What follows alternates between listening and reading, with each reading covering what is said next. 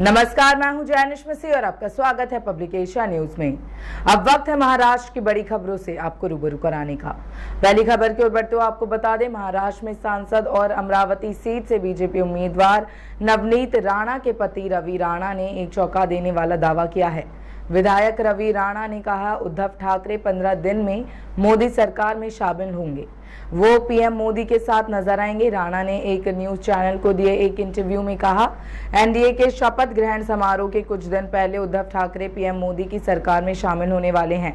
उन्होंने आगे कहा कि पहले उन्होंने शिवसेना और एनसीपी से एकनाथ शिंदे और अजित पवार के बाहर होने की सटीक भविष्यवाणी की थी।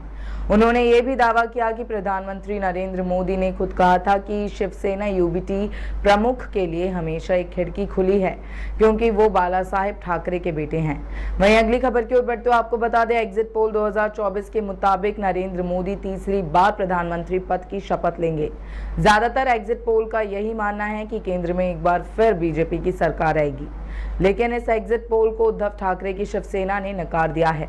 उद्धव ठाकरे की शिवसेना ने मुखपत्र सामना में एग्जिट पोल के नतीजों को लेकर बीजेपी पर हमला बोला है। सामना में लिखा है, एग्जिट पोल वाली कॉरपोरेट कंपनियों ने राज्यों के चुनावों की पूरी जानकारी जाने बिना ही बेधड़क घोषणा कर दी कि एक बार फिर मोदी आ रहे हैं और बीजेपी और उसके गठबंधन एनडीए को 350 से ज्यादा सीटें मिल रही हैं। लेकिन बीजेपी 225 सीटों से आगे नहीं बढ़ रही है। इंडिया अघाड़ी 295 से 310 सीटें जीतकर सरकार बनाएगी। वहीं अगली खबर की ओर बढ़ते हुए आपको बता दें, 1 जून को अंतिम चरण का मतदान खत्म होने के बाद अब देश को लोकसभा चुनाव के रिजल्ट का इंतजार है। 4 जून को वोटों की गिनती की जाएगी। वैसे तो चुनाव के परिणाम आप टीवी चैनलों और सोशल मीडिया प्लेटफॉर्म्स पर आसानी से देख सकेंगे, लेकिन महाराष्ट्र में इसके लिए कुछ तरह की तैयारियों की गई हैं। दरअसल महाराष्ट्र के सिनेमा घरों में लोकसभा चुनाव के नतीजों का सीधा प्रसारण दिखाया जाएगा। यह अनूठी पहल मुंबई, नासिक, पुणे और नागपुर जैसे बड़े शहरों में लागू की जाएगी। इन शहरों में बड़ी स्क्रीन पर चुनावी नतीजों का प्रसारण होगा। जिन शहरों के सिनेमा घरों में चुनावी नतीजों की लाइव स्ट्रीमिंग दिखाई जाएगी, उसका समय सुबह 9 बजे से लेकर शाम 6 बजे तक रखा गया है। मतगणना देखने के लिए टिकट 99 रुपए से लेकर 300 रुपए तक रहेगी।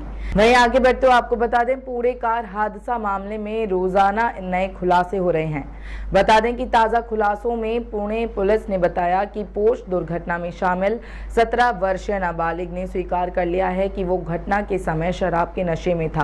पुलिस के हवाले से रिपोर्ट्स में बताया गया है कि जब पुलिस ने आरोपी नाबालिग से दुर्घटना के बारे में पूछताछ की तो उसने बताया कि वो नशे में था, इसलिए उसे कुछ भी याद नहीं है।